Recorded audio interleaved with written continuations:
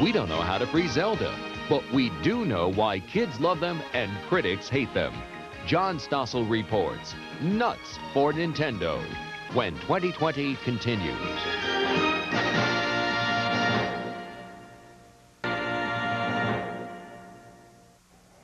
It may be the most addictive toy in history, and it's definitely the hottest thing this Christmas. Nintendo video games. They first arrived from Japan 3 years ago, and now millions of American kids are hooked and mesmerized. When they do stop to talk, it's in a language only they understand. Well, John Stossel went out to discover the secret of Nintendo's success, but first he had to find one. New York City, early in the morning. Before the toy stores open, they're lined up outside. I'm in line too because the director of 2020 said, "Stossel, I hate to ask, but you've got to help me get my kid a copy of Super Mario Brothers 2. This man came all the way from Indiana to get one. He came 1,000 miles just for this game? Yes. I've done 7 stores a day for 3 weeks now, and I cannot find it. I have to live with my kids for the rest of the year, so I have to have this on Christmas Day. So to please the kids, they line up at the few stores that have been able to get copies of the hottest Nintendo games, Mario 2 and The Adventure of Link. I have Super Mario Brothers 2. Now what's Nintendo, you ask, and why should you care? Well, I think it's something you should know about because it's captured America's children. School bus drivers report the kids are talking less about clothes and sports and what Joe did to Jane, and more about... When you get to those things that go up and down, you just jump on them. After school, even on the day that brings the first beautiful snowfall of the season. Everyone's eager to get inside the house so they can rush to get to the television set. Now, usually they don't play together. We invited them to a Nintendo party. They pop the cartridge into this deck, which attaches to any television set. These controls direct the characters. The better your eye-hand coordination, the better you do. Never has there been a toy that's been this successful. Bruce Apar is editor of a magazine that follows the industry. How big a hit is this? This is as big or bigger than anything the toy industry has ever seen. I'll give you one comparison. Barbie, which is an institution, does about $500 million a year. Nintendo does over 3 times as much. Now, why is it so successful? Well, the people in the industry say Nintendo simply has the best games. They come in 2 categories. Sports games such as tennis, hockey, football, boxing, all with good graphics and sound effects. Even more popular are the adventure games like Super Mario. They tend to have ludicrous plots. Mario is an Italian plumber who, under your control, enters the Mushroom Kingdom to fight off killer turtles and deadly ducks until he can rescue the Princess Toadstool. The kids love it. What's good about it? Birdo. He shoots the eggs out of his nose. And also there's this part where you can't go anywhere except for fall down a pit, but you pick up this thing and this rocket appears out of nowhere and it flies to another board. It's weird. And it's a big improvement over the first video games like Atari's Pong and Space Invaders, because today's computer chips are better. They have more memory. There's much more involved in playing the game, much more excitement. There's better use of colors, better use of music. It's not just stick figures anymore. We have literally over 100 different characters, people, animals, wizards, spells. You see this spread out over different worlds. When I say different worlds, entirely different sets. If you think about the way a movie is produced, there are levels with caverns, and you break into underground oceans. There are secret holes that you go into. The kids delight in finding new twists to the games, secret passages they didn't discover the first times they played, bizarre new weapons. You're throwing things that I've never even discovered in this game. Yeah, because you don't know. If you're a grown-up, you hardly do this. If you're a grown-up, you have work to do. Now, the chips, the technology that goes into this, was invented in the United States.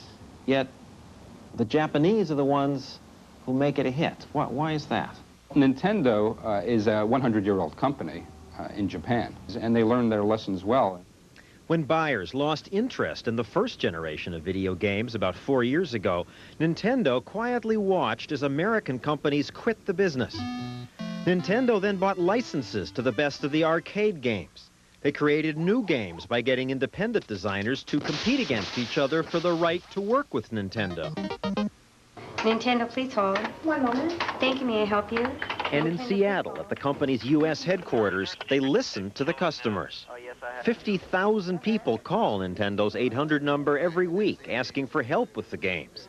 Phones are manned by games fanatics who often play other games while answering questions. What that is, when you're at that link, though, you're almost at that point. Okay, what you want to do is, like I said, jump on the guy with the carpet. In Japan, the games are an even bigger success. These people are upset because even after waiting all night, they were unable to get their kids a new version of a game called Dragon Quest. In the U.S., it's mostly Mario that they want. The last Super Mario Bros. 2 was just sold. They get upset. Well, they say, oh, can you take my name? Can you take my credit card, please? Can you do something? My kid wants it. His friend has it, and they're not friends anymore because he doesn't have it. All this makes me wonder, is the shortage real, or are they holding back supplies to increase the mystique? Coleco denies it, but industry insiders say that's exactly what happened with their Cabbage Patch doll a few years ago. The company shipped fewer dolls to increase the excitement. Today, some people in the toy business suspect Nintendo's holding games back. And while videotaping in Japan, we did see plenty of the hard-to-get cartridges. The company denies that it's holding back. Believe me, creating a shortage of this kind was nobody's design, and it's just one of those combinations of demand that far exceeded our most optimistic projections and an inability on the chip supplier to fulfill it. Now you really messed up. You're out. All this brings us to a final question. Should parents buy these games at all?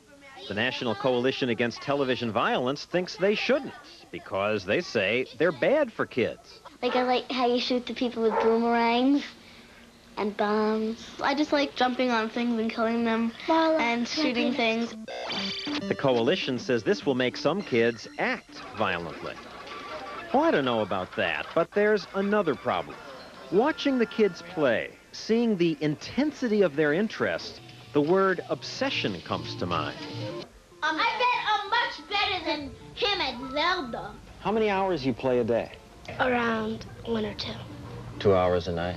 It's a When lot. you should be doing your homework? Yeah. She doesn't like This it. girl's mother doesn't like the game. Because she thinks that you're going brain dead while you're watching it. Maybe you will be brain dead from staring at this thing all the time. No. And while we were talking, Mom was watching all this warily. Gets their mind off school when they first come home from school, but then it gets their mind totally off school.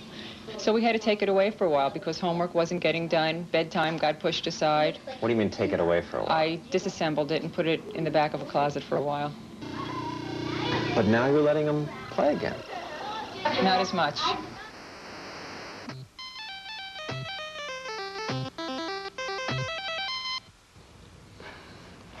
John, what's your feeling after watching this? Does it make them, you know, brain dead, as you said, or isn't there a certain amount of imagination that you have to use for this game? I think that's true, that it's not just like watching television. You have to use imagination. There are all these ways to handle the games. I think under the right time limits, it's fine. In fact, I got one while doing the story, and I'm going to keep it. For you, or would you give it to your child? Well, my 3-year-old likes kill ducks, and my wife and I stayed up till midnight playing it. And you don't mind the so-called violence in it? Kill ducks, kill ducks? They're animated characters, and I just think you have to pay attention and limit the time, and it's fine. Now I know how you're spending the holidays, watching right. Nintendo. Playing Nintendo. Playing Nintendo. Thank you, John. Now on to a much more serious report.